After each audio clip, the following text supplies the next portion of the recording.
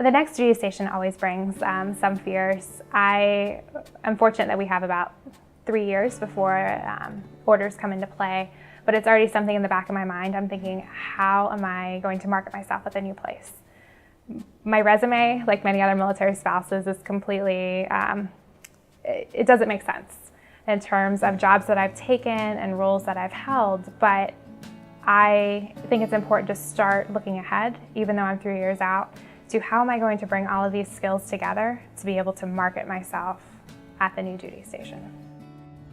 I am still in the process of figuring out how to find cohesion in my resume with all the different roles that I've held. However, there are quite a few of the military spouses that I look up to who have managed to do that. And so I really rely on them to help me kind of figure out a way to be able to market myself.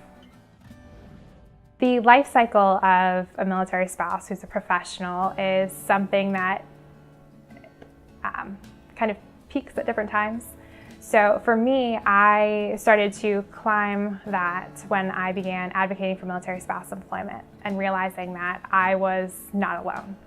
I would say that I'm currently at the peak of that cycle right now as I've been employed, and I'm looking ahead at being able to put a current position on my resume. After the peak of that cycle, I think it's when the orders come, and it's something for me that I'm at that peak, but I'm afraid of being too comfortable at that peak. Because with being able to hold this position for a few years, I don't want to get too comfortable.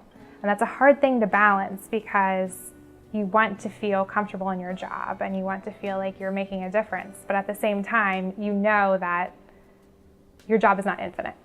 And there's an end date where you'll be moving somewhere else, and that's kind of where the cycle starts to restart.